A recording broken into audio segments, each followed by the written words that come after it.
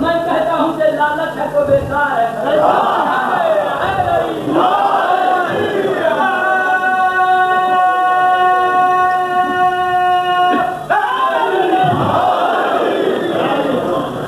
أعوذ بالله من الشيطان الرجيم. بسم الله الرحمن الرحيم.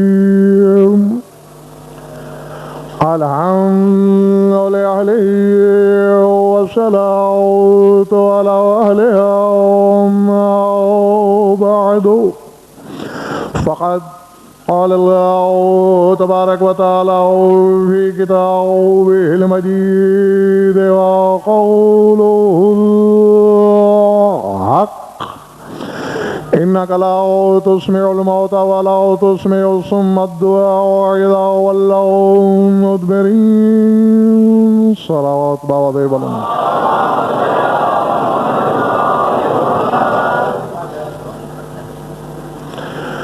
صلوات ایسی پڑھیں کہ پڑھنے کو دل چاہے.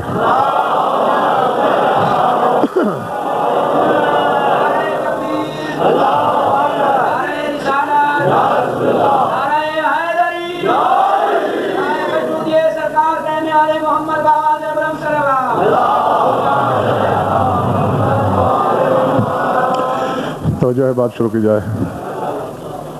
سورہ نمل سے ایک آیت تلاوت کی ہے میں نے.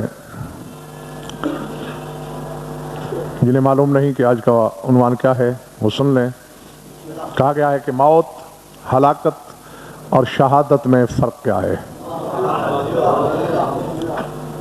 نہیں مگر گھبرائے ہوئے چہروں کو سنانے کی مجھے عادت نہیں ہے.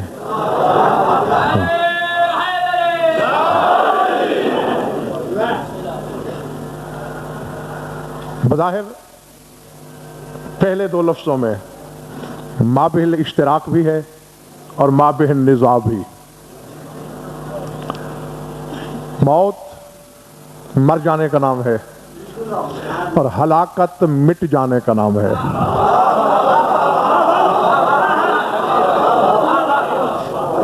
سمجھ میں آ رہی بات یا نہیں؟ مرنے کا نام موت ہے اور مٹنے کا نام ہلاکت ہے، اور مر کے بھی نہ مرنے کا نام شہادت ہے.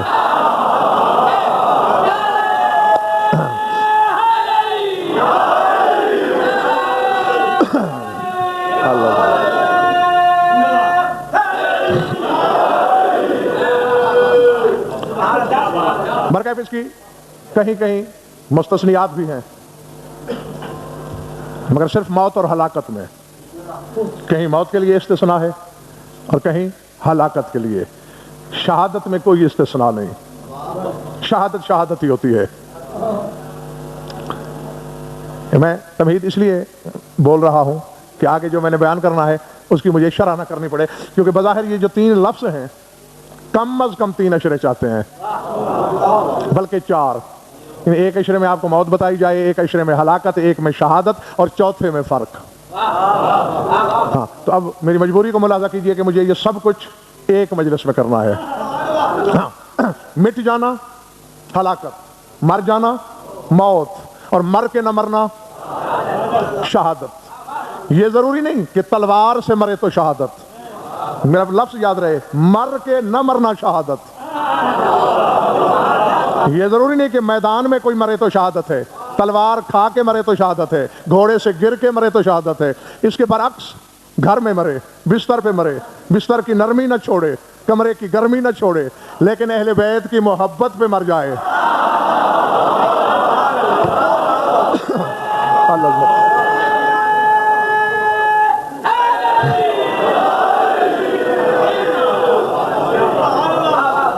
سرکار صادق سے گردی صاحب کسی نے سوال کیا تھا کہ یہ جو آپ کے نانا کا فرمان ہے مما تعالی حب آل محمد مات شہیدہ، کہ جو بھی اہل بیت کی محبت میں مر جائے، جو مر جائے وہ شہید مرے گا.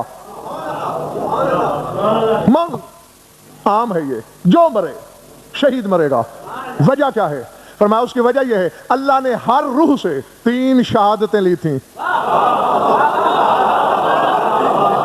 اللہ اپنی توحید کی شہادت، رسالت کی شہادت اور میری جد علی کی ولایت کی شہادت. ساری دنیا نے 2 شہادتیں اپنا لیں، وَزَيَّعُوا شَهَادَةَ وِلَایَةِ امیر المومنین، اور انہوں نے امیر المومنین کی ولادت کی شہادت ضائع کر دی. وَأَنْتُمْ لَمْ تُضِيعُوهُ فَلِذَا سُمِّيتُمْ بِالشُّهَدَاء، اور چونکہ تم نے علی کی ولادت کی شہادت ضائع نہیں کی تو اللہ کہتا ہے تم جس رنگ میں بھی مرو شہید تم ہو.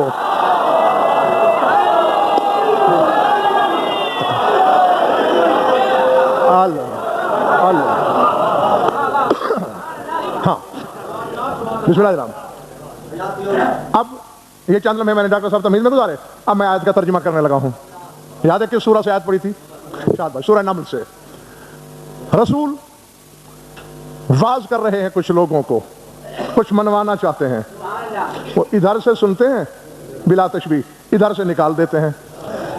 رسول کے قلب نازک پہ چوٹ پڑتی ہے، فوراً آیت آ گئی فَتَوَكَّلْ عَلَى اللَّهِ إِنَّكَ عَلَى الْحَقِّ الْمُبِينِ إِنَّكَ لَا تُسْمِعُ الْمَوْتَى وَلَا تُسْمِعُ الصُّمَّ الدُّعَاءَ إِذَا وَلَّوْا مُدْبِرِينَ.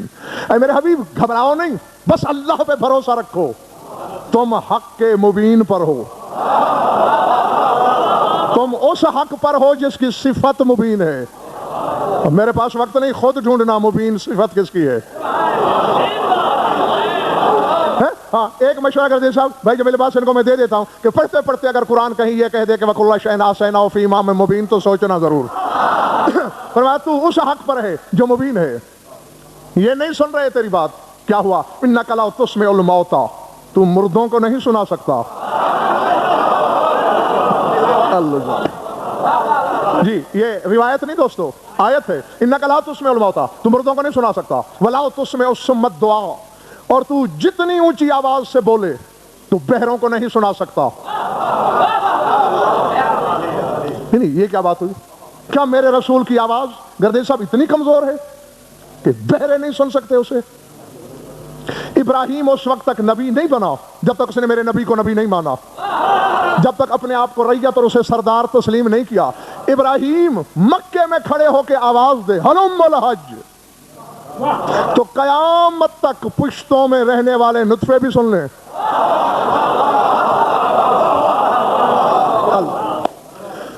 گھبراہٹ تو نہیں ہو رہی نا دوستوں؟ پھر کیا وجہ ہے؟ رسول مردوں کو نہیں سنا سکتا، بہروں کو نہیں سنا سکتا. حالانکہ جب میں قرآن سے پوچھتا ہوں تو پتہ ہے کیا رسائی ہے ندائے رسالت کی؟ پڑھ دوں ایک آیت، سورہ اعراف ہے.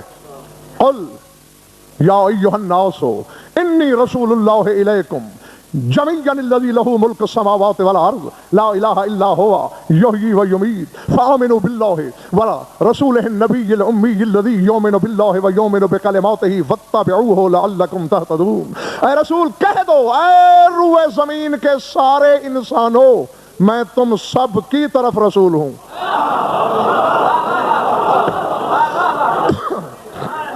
نہیں مجھے اگر کوئی کہے کہ ملتان کے سارے مومنین سے کہہ دو کہ اے ملتان کے سارے صاحبان ایمان یہ بات ہے، تو میں کہوں گا نہیں کہ صاحب یہ تو میں کر ہی نہیں سکتا. میں ان مومنین تک تو پیغام پہنچا سکتا ہوں جو میری مجلس میں آئیں گے. میں یہ ذمہ داری کیسے لوں کہ آئے سارے مومنین؟ تو آئے تو یہی کچھ کہہ رہی ہے، قل یا ایھا الناس، اے تمام لوگوں، انی رسول اللہ الیکم جمیعا، میں تم سب کی طرف رسول ہوں. بات پھر وہی آتی حضور. قرآن اگر مولوی سے پوچھو گے تو ٹھوکریں لگیں گی، مولا سے پوچھو گے ہدایت ملے گی. سرکار صادق کے سامنے یہی آیت پڑھی ایک شخص نے، مولا آپ کے نانا تو مکے اور مدینے سے باہر نہیں نکلے، یہ اللہ نے کیسے کہا کہ روئے زمین کے سارے انسانوں سے کہہ دو؟ فرمایا جو بات تجھ کم عقل کے دماغ میں آ رہی ہے وہ خلاق کی عقل نہیں جانتا تھا.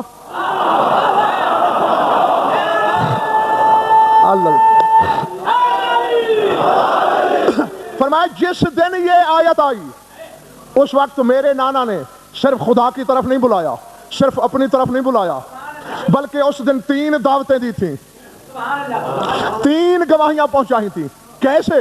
امر اللہ جبرائیل ان یقتلع الارض علی ریشۃ من جناحہ، اللہ نے جبرائیل کو حکم دیا تھا کہ پوری زمین کو اپنے پر کی نوک پہ اٹھا کے اس کی تنابیں سمیٹ لو، شرق سے غرب، شمال سے جنوب، اس کائنات کو پیالہ بناؤ، میرا حبیب سب کو دیکھے، سب کو سنائے.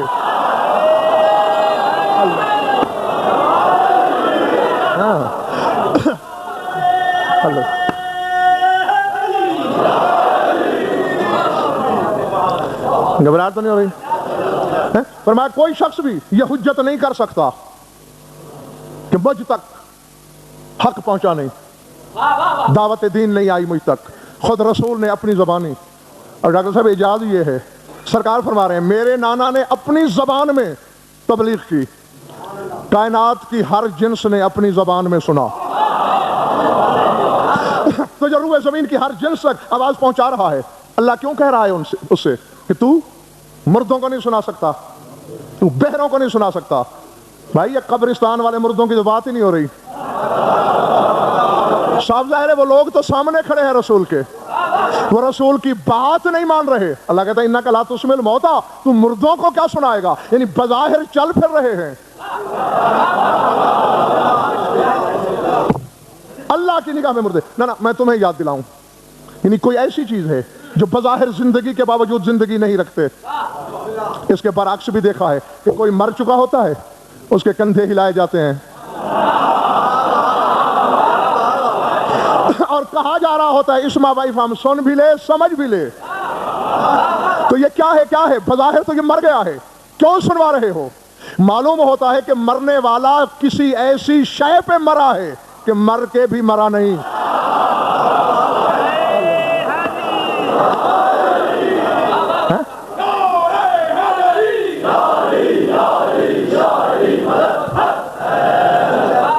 سمجھ آئی بات؟ کوئی ایسی چیز ہے اس کے سینے میں، اس کے دل میں کہ بظاہر مر کے بھی نہیں مرا، اور ان کے پاس وہ چیز نہیں ہے، بظاہر چل بھی رہے ہیں، بول بھی رہے ہیں، پھر بھی رہے ہیں، لیکن اللہ کہتا ہے یہ تو مردے ہیں، کیونکہ حقیقی حیات کا مفہوم نہیں رکھتے، اور اسی موت کا نام کر دے صاحب ہلاکت ہے۔ جی یعنی بغیر مقصد کے مٹ جانا، اور اس ہلاکت سے کون بچائے گا؟ اب مجھے نہیں خبر کہ میں جنگل میں تقریر کر رہا ہوں یا آبادی میں، علی کو سوچنے والوں سے خطاب ہے میرا یا ماننے والوں سے، اپنے ہیں میرے سامنے، پرائے ہیں، بیگانے ہیں، یگانے ہیں، مخالف ہیں یا مخالف۔ ہلاکت سے بچنے کا نسخہ 73 کے 73 فرقے کے لوگوں کو دربار خلافت نے بتا دیا تھا، یہ کہہ کر لولا علی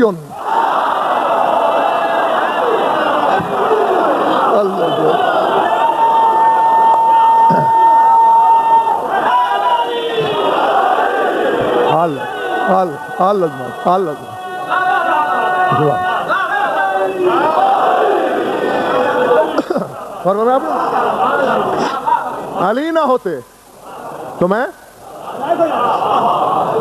یہ ہلاکت سے بچاتا ہے، اس کی ولایت یہ جس دل میں ہے اس کا قیمہ کر دو تو وہ مرتا نہیں۔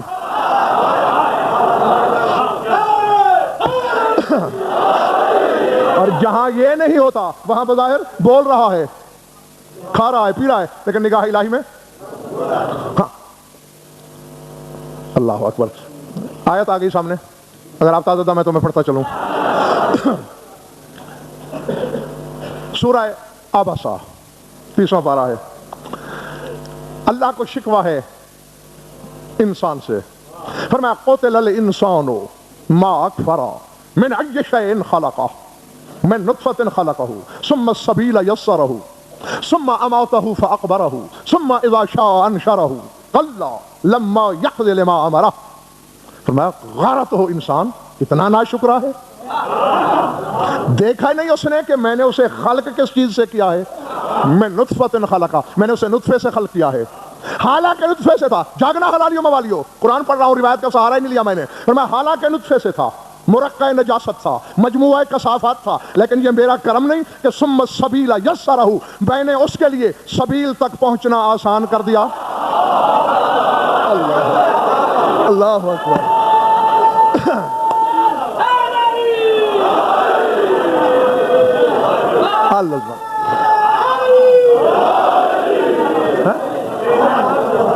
ثم السبیل یسرہ، اور یاد رکھو یہ کئی دفعہ اللہ نے کئی مقامات قرآن میں احسان جتایا ہے، انا ہدیناہ السبیل اما شاکرا و اما کفورا۔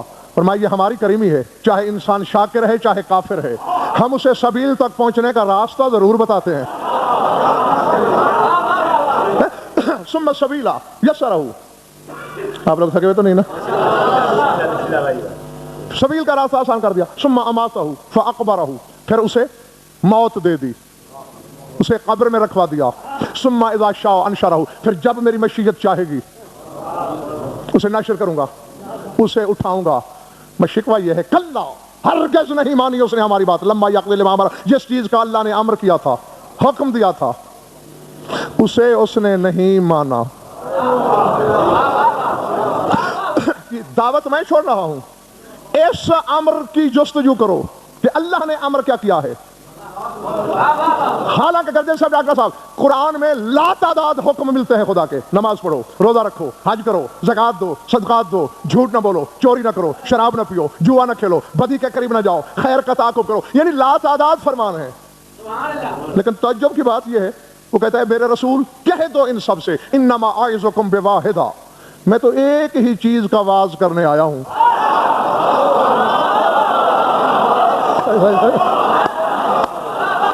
اللہ اکبر.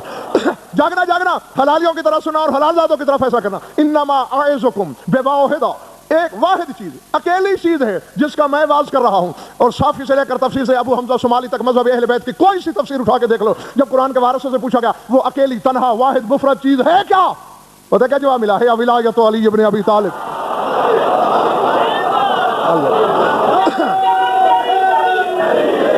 اللہ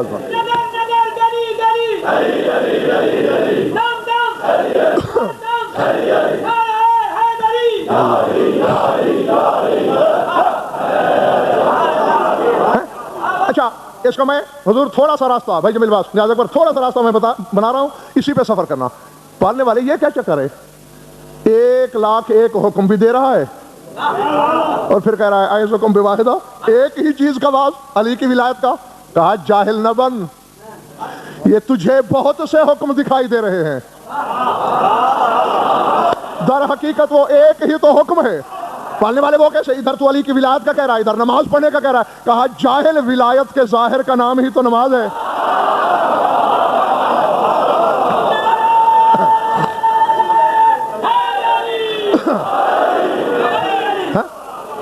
کیونکہ ہر چیز کا ظاہر بھی ہوتا ہے باطن بھی. ولایت کا ظاہر نماز اور نماز کا باطن ولایت. کیونکہ علی کی ولایت ہر عمل میں بطور روح موجود ہے، تو تجھے چاہے 10 کروڑ حکم نظر آئیں، میں نے تو در حقیقت ایک ہی حکم دیا ہے، دیا ہی اسی کو ہے جس کے دل میں علی رہتا ہے.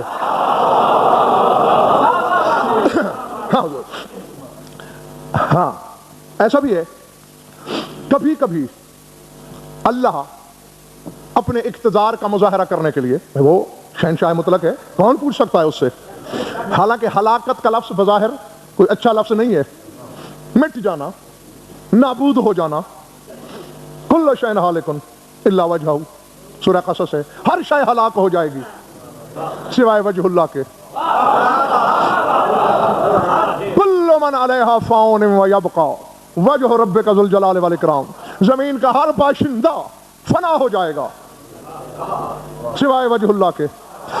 یعنی مٹ جانا، نابود ہو جانا، ہستی کا مزمحل ہو جانا، یہ ہلاکت کہلاتی ہے. لیکن گردے صاحب کبھی کبھی وہ اپنے جلال کبریائی میں آ کر نبیوں کے لیے بھی ہلاکت کا لفظ استعمال کر لیتا ہے.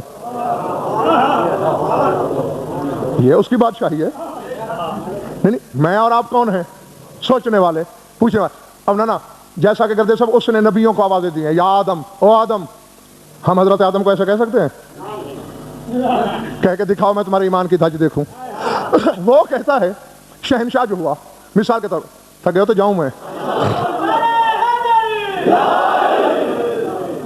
سورہ مومن میں یوسف کا ذکر کرتے کرتے فرمایا حتی اذا ہلاک قلتم لن یبعث اللہ من بعدہ رسولا. جب یوسف ہلاک ہو گیا تو اے بنی اسرائیل تم نے کہا اب اللہ اور رسول نہیں بھیجے گا. یوسف نبی ہے، رسول ہے، معصوم ہے، حجت ہے، لیکن لفظ کیا ہے؟ ہلاک ہو گیا. ایک تو مشکل یہ ہے، اب دیکھا فیوز اڑے ہوئے ہیں. نہیں میں اور آپ اس قابل ہیں کہ ہم اللہ سے الجھیں کہ تو نے ایک نبی کے لیے ہلاک کا لفظ استعمال کیوں کیا؟ بھائی وہ مالک ہے، اپنی ملکیت سے جو کرے. چلیے میں اس سے بھی آگے کی آیت آپ کو سنا دیتا ہوں، سورہ مائدہ ہے۔ نصارہ کہتے ہیں عیسیٰ اللہ کا بیٹا ہے، خدا کو غصہ آ گیا، فوراً آیت بھیج دی، قل فمن یملک من اللہ شیئا ان اراد ان یہلک المسیح ابن مریم و امہ ومن فی الارض جميعا۔ میرے حبیب ذرا ان جاہلوں سے کہو کہ اگر اللہ ارادہ کر لے عیسیٰ کو ہلاک کرنے کا، اس کی ماں کو ہلاک کرنے کا، ومن فی الارض جميعا، اور جو زمین پر رہتا ہے سب کو ہلاک کرنے کا، تو اللہ کا ہاتھ کون پکڑے گا؟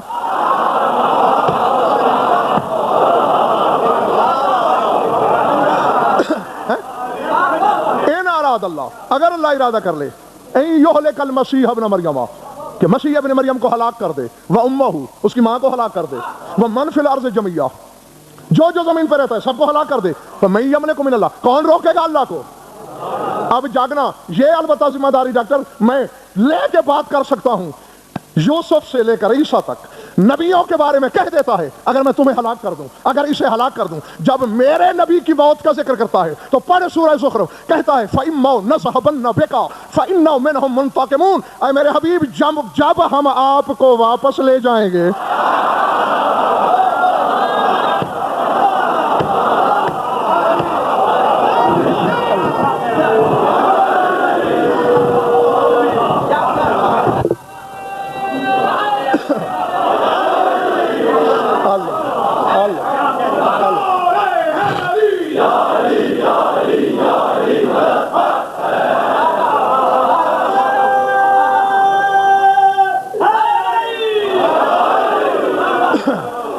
سمجھ میں آ رہی ہے بات دوستو؟ کتنا فرق ہے ڈاکٹر صاحب، کتنا فرق ہے باقی حجتوں میں اور میرے نبی میں؟ فَإِمَّا نَذْهَبَنَّ بِكَ، اگر ہم آپ کو واپس لے گئے، فَإِنَّا مِنْهُمْ مُنْتَقِمُونَ، پھر ہم ان سے انتقام لے لیں گے۔ آج تو آپ کی وجہ سے یہ بچے ہوئے ہیں نا، اللہ ہے نہیں؟ سورہ بقرہ کو پڑھ لینا، سورہ بقرہ کو پڑھنا، مَثَلُهُمْ كَمَثَلِ الَّذِي اسْتَوْقَدَ نَارًا فَلَمَّا أَضَاءَتْ مَا حَوْلَهُ ذَهَبَ اللَّهُ بِنُورِهِمْ وَتَرَكَهُمْ فِي ظُلُمَاتٍ لَا يُبْصِرُونَ۔ فرمایا ان کی مثال ایسی ہے جیسے روشنی ہو جائے، ارد گرد اجالا ہی اجالا پھیل جائے، اور پھر اللہ ان کے نور کو لے گیا اور انہیں ظلمات میں چھوڑ دیا۔ پڑھو تفاسیر اہل بیت کو، یہاں ذَهَبَ اللَّهُ بِنُورِهِمْ سے مراد ہے کہ فَلَمَّا قُبِضَ مُحَمَّدٌ۔ کچھ فرق سمجھ میں آیا؟ باقیوں کو موت دیتا ہے اسرائیل کے ذریعے، میرے نبی کو کہتا ہے جب تجھے میں لے جاؤں گا،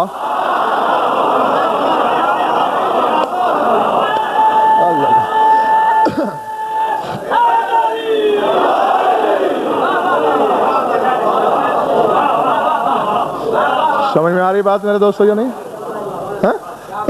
جب میں تمہیں لے جاؤں گا، تارکہم فی ظلمات، اب اشارہ ہے نیاز اکبر بھائی جمیل صاحبان اشارت کے لیے، میں ہوں تھوڑا پڑھا ہوا، کچھ خود بھی زور مارا کرو۔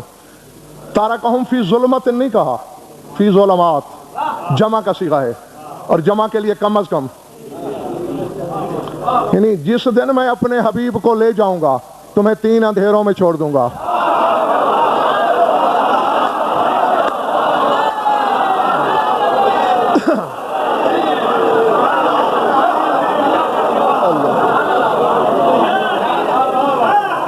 سمجھ میں آ رہی بات ہے سجن؟ ہاں یہ ہے، ان کے لیے وہ لفظ بھی استعمال کرنا غیرت الہی کے منافی ہے جو دوسرے انبیاء کے لیے کر لیتا ہے۔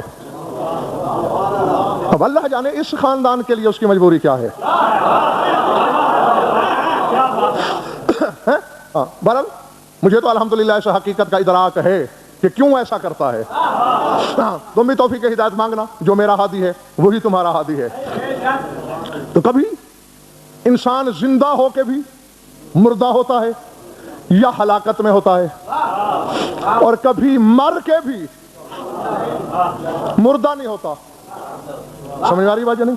جی، اور ان کی محبت پہ جو مر جائے وہ شہید ہوتا ہے۔ نہیں، یہ شہید کے لیے شہید کا لفظ کیوں استعمال ہوا ہے؟ شہید کے لفظی معنی تو ہیں گواہ کے، شہید کے لفظی معنی قل کفا باللہ شہیدم بینی و بینکم، میری رسالت کے لیے ایک اللہ شہید ہے اور نعوذ باللہ اللہ مارا گیا ہے. بھائی میری نبوت کے لیے ایک گواہ اللہ کافی ہے اور ایک وہ جس کے پاس میں کتاب. تو شہید کے معنی گواہ ہیں. تو شہید کو شہید کہا ہی اسی لیے گیا ہے کہ وہ اتنا زندہ ہوتا ہے جتنا گواہی دینے والا گواہ زندہ ہوتا ہے.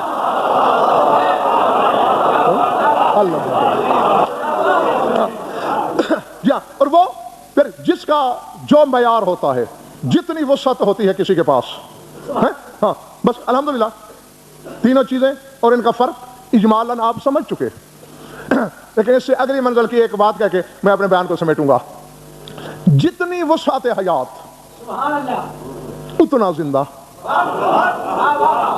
کوئی زندگی کی پرتو سے زندہ, جاگیے گا.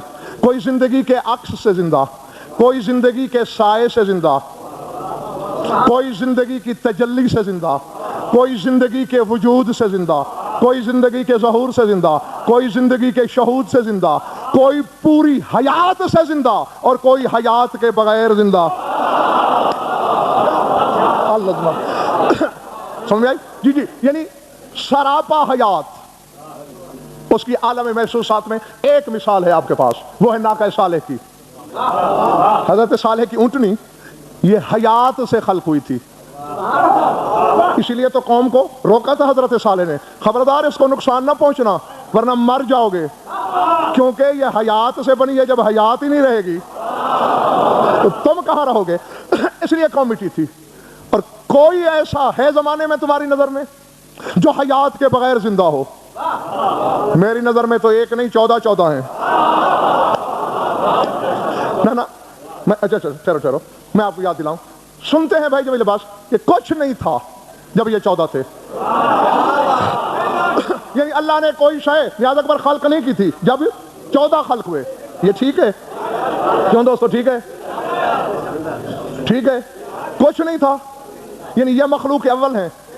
تبارک الذی بیدہ الملک وہو علی کل شیء قدیر الذی خلق الموت والحیات.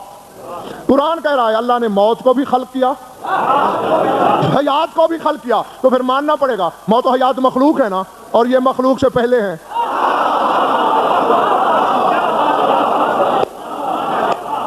پلے پڑی بات یا سر سے گزر گئی؟ بھائی موت مخلوق, یہ موت سے پہلے, حیات مخلوق, یہ حادثات سے پہلے. تو اب اگر یہ مریں گے تو موت انہیں نہیں مار سکتی.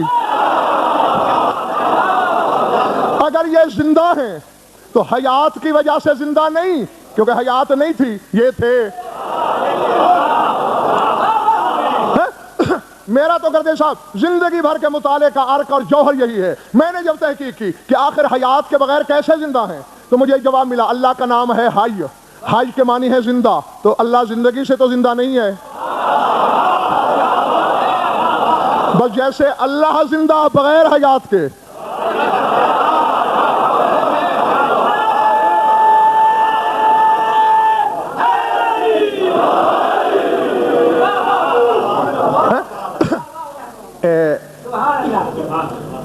ہے عالم راز کی بات, مگر اس پر ایک آدھ اشارہ دے سکتا ہوں میں.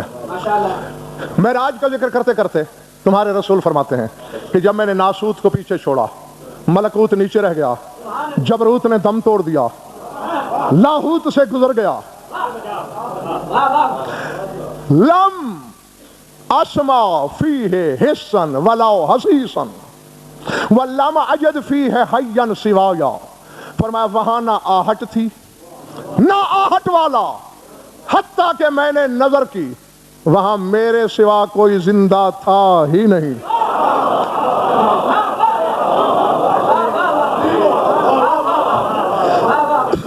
جی, اور میں 3-4 ایسے علماء ربانیین کے نام جانتا ہوں جنہوں نے صرف اسی ایک جملے کی شرح پر کتابیں لکھ دیں.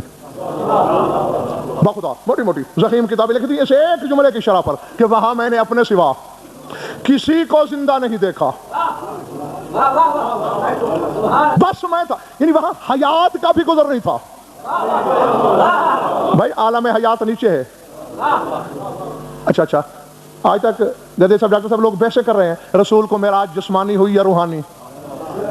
عالم اجسام ایک عالم ہے, ہم عالم اجسام میں رہتے ہیں. اس کے آگے پھر ایک عالم ارواح ہے، وہاں روحیں ہیں، جسم نہیں۔ تو جب عالم اجسام سے رسول گزر گیا، جسم پیچھے رہ گیا، تو ماننا پڑے گا جب عالم ارواح سے بھی گزر گیا تو روح پیچھے رہ گئی۔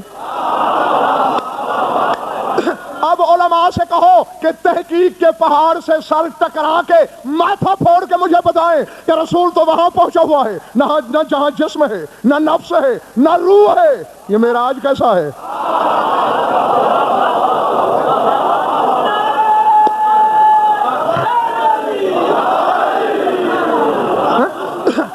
اگر آپ لوگوں کو میری پہلے کی پڑھی ہوئی مجالس یاد رہ جائیں تو بخدا بہت کچھ میری بھی بچت ہو جائے، وقت بھی بچے، اور معرفت کا سفر بھی آسانی سے طے ہو۔ یہاں وجود نہیں شے کا، عالم اشیاء بھی نیچے رہ گیا ہے، یعنی پھر وہی پیکر ہے رسول کا جیسا اسے اللہ نے پہلے دن بنایا تھا۔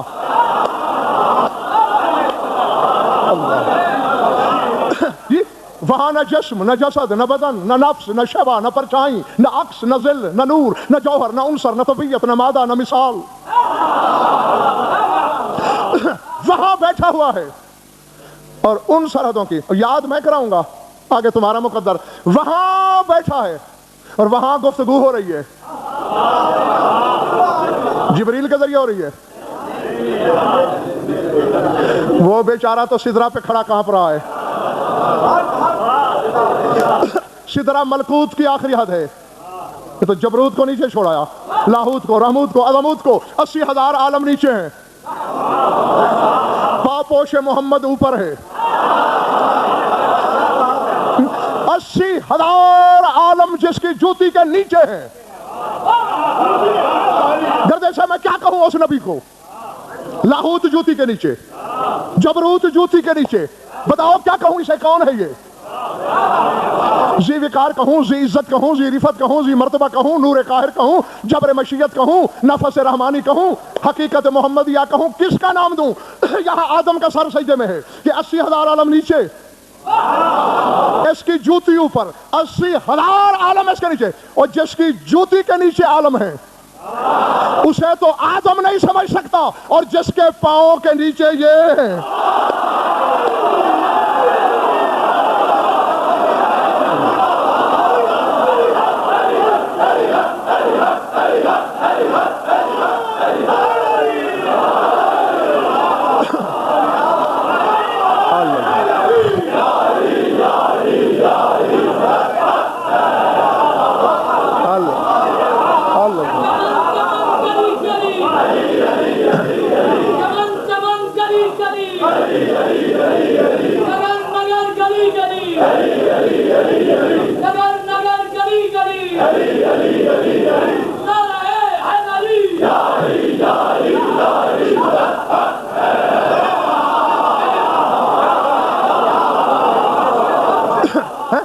جو اس کے دوش پہ کھڑا ہے یہ کیا ہے؟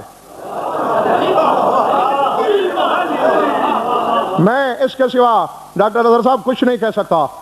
میرے مولا علی سے پوچھا گیا تھا کیف حالک، کیا حال ہے آپ کے؟ فرمایا کیف حال من تحتہ سید المرسلین وفوقہ رب العالمین، فرمایا اس کا حال پوچھتے ہو جس کے اوپر رب العالمین ہو، نیچے سید المرسلین ہو۔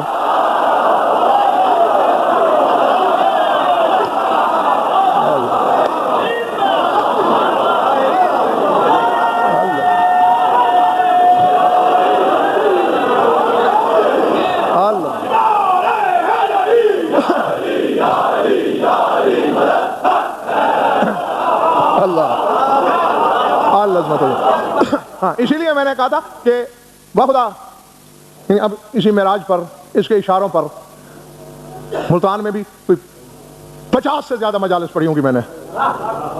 ہاں کیا کیا کوشش، اور اگر وہ تمہیں بخدا ذہن میں ہوتے تو میں آگے اور آگے اور آگے اور آگے کی بات کرتا۔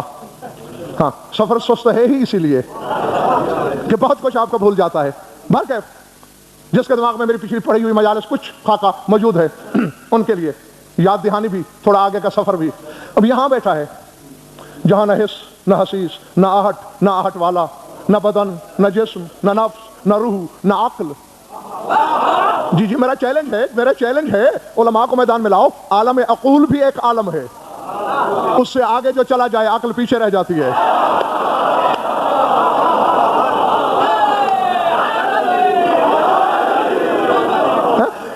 اور اگر ایسے بھی سمجھ میں نہ آئی ہو بھائی میری بات، تو پھر یوں سمجھ لیں کہ عقل شے ہے اور یہ ہر شے سے پہلے ہیں. عقل ان کے تنزل کا نام ہے. ہاں بس آج کے مجلس کے لیے میں نے اب یہاں بیٹھا ہے، اپنے حافظے کو آواز دینا.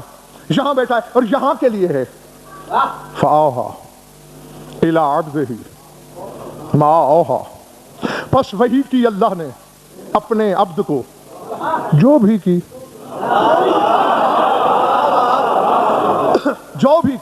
فَأَوْحَىٰ إِلَىٰ حَبِيبِهِ نہیں، إِلَىٰ عَبْدِهِ، تاکہ پتہ چلے کہ یہاں تک ابدیت ہے. اللہ اکبر. خدا کی قسم جنہوں نے سمجھا، جو پہنچے بات، میں انہیں دل کی گہرائی سے خود دعا دیتا ہوں کہ واہ. ہاں اور اس سے زیادہ کہنے کی مجھے اجازت ہی نہیں. یہاں تک ابدیت ہے، یعنی دونوں پہلو یہاں نیاز اکبر مد نظر رکھنے ہیں کہ یہاں دیکھ کر بھی یا اس سے آگے دیکھ کر بھی بندہ کہنا، خدا نہ کہنا. اور پھر یہاں تک ان کی بندگی ہے، اللہ جانے ان کی حقیقت کہاں تک ہے.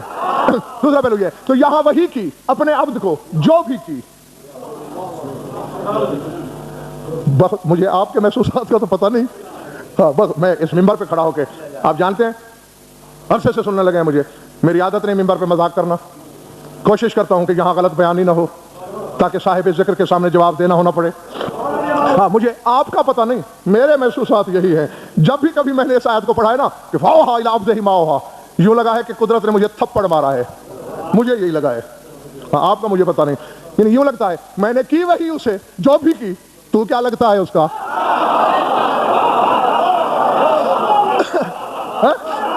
میرے محسوسات جو ہیں جو بھی کی. اور اس کے لیے غالباً میں نے بتایا ہے آپ کو، علامہ رجب علی برسی علیہ رحمہ لکھ رہے ہیں کہ اوہا من الاسرار بما لیس فی اللوح المحفوظ. یہاں اللہ نے اپنے حبیب کو وہ اسرار بتائے تھے جو لوح محفوظ میں بھی نہیں ہیں.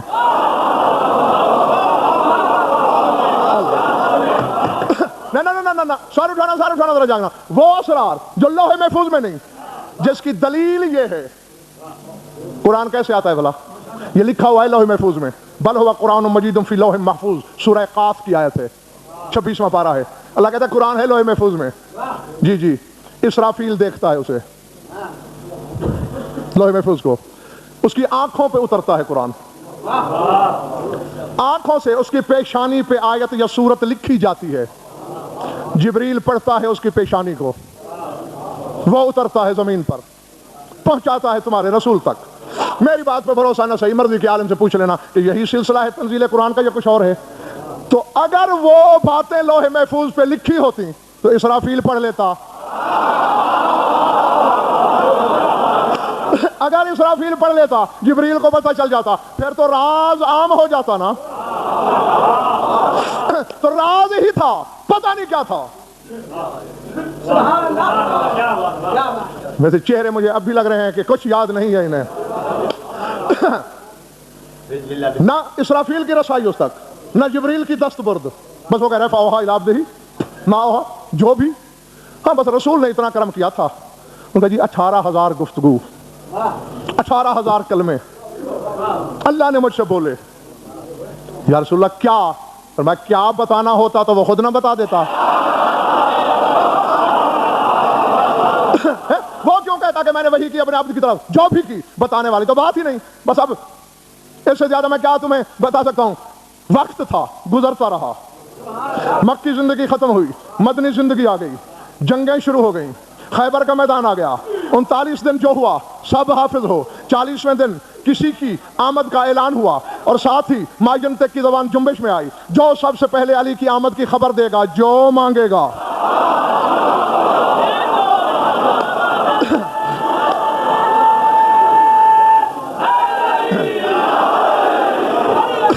جو مانگے گا وہ عطا ہوگا. پھر وہی میری کم علمی آڑے آ جاتی ہے. پھر کسی نے بتایا رسول کو؟ اچھا سلمان، چلو تم لیٹ آئے تھے تو میں سزا اس لیے نہیں دیتا، تم نے میری رہنمائی کر دی کہ سلمان نے بتایا. ہاں جی، آپ نے بھی یہی سن رکھا ہے کہ سلمان نے بتایا. ٹھیک ہے، سلمان نے مبارک دی. پہلے تو وہ لڑائی وڑائی میں مصروف رہے. جب مال غنیمت ہر شخص اپنے اپنے صندوقچوں میں سنبھال چکا تو خیبر شکن نے سلمان کو بلایا. سلمان ذرا، جی قبلہ کونین، سنا ہے حسنین کے نانا نے اعلان کیا تھا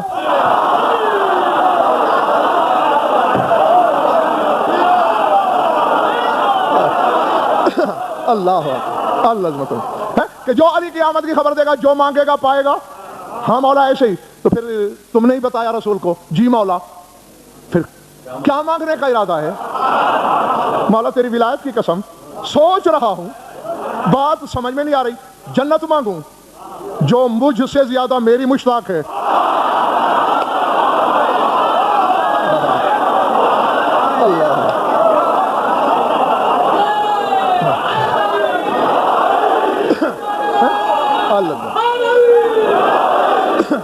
بھری پڑی ہیں کتابیں، ذات واجب کی قسم. صرف شیعہ نہیں، میں برادران اہل سنت کی کتابوں میں بھی آپ کو دکھا سکتا. رسول فرماتے ہیں ان الجنت اشوق الی سلمان من سلمان الیہا.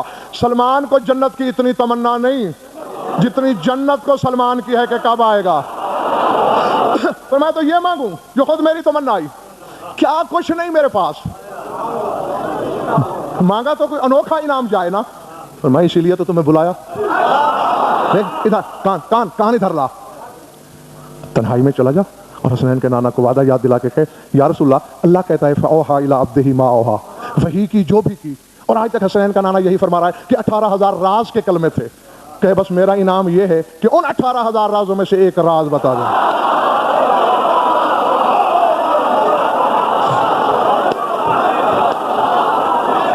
اللہ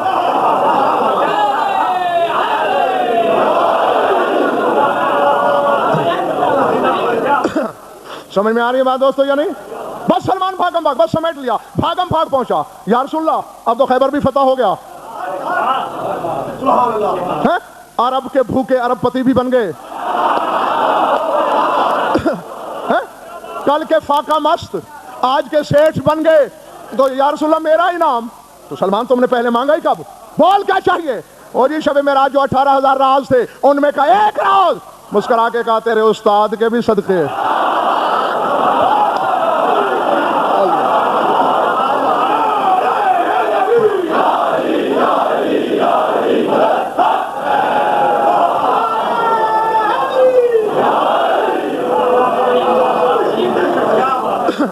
سمجھ میں آ گئی بات یا نہیں؟ تیرے استاد کے بھی صدقے. تو ٹھیک ہے، چونکہ ہمارا وعدہ تھا وہ ٹیلا دیکھو، اسے جا کے ٹھوکر مارو، میرے سلام پہنچاؤ، کہو سلمان کے لیے راستہ چھوڑو. وہ راستہ ہٹے گا زینہ نظر آئے گا. گھبرانا نہیں، اتر جانا. جہاں زینہ ختم ہوگا 18,000 رازوں میں کا ایک راز تیرے سامنے ہوگا. سلمان نے سلام پہنچائے، ٹھوکر ماری، ٹیلا پھٹا، سیڑھیاں نمودار ہوئی، اترے، آخری سیڑھی سے پاؤں رکھا. کیا دیکھا؟ نظر کے وسعت سے زیادہ تک ایک نوری شہر ہے جس کے 70 محلے ہیں. ہر محلے کے 70 خیابان ہیں. ہر خیابان میں 70 مسجدیں ہیں. ہر مسجد میں 70 ممبر ہے اور ہر ممبر پہ علی بیٹھا خطبہ دے رہا ہے.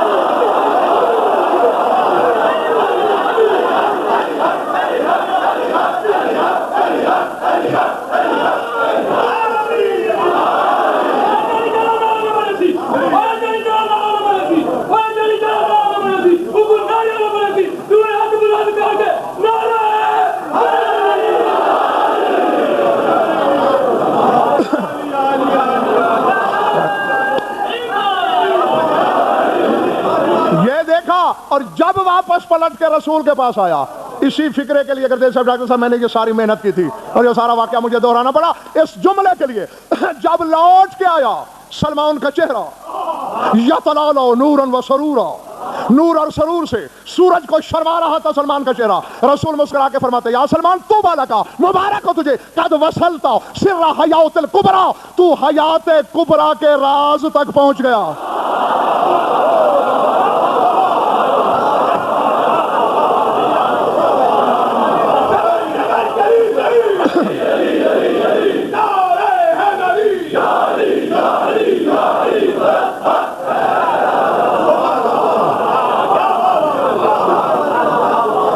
درود پڑھ لو مل کر آواز بلند.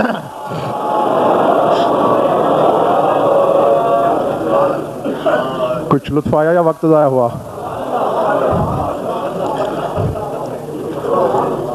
تو بس پھر یہ سوچ لو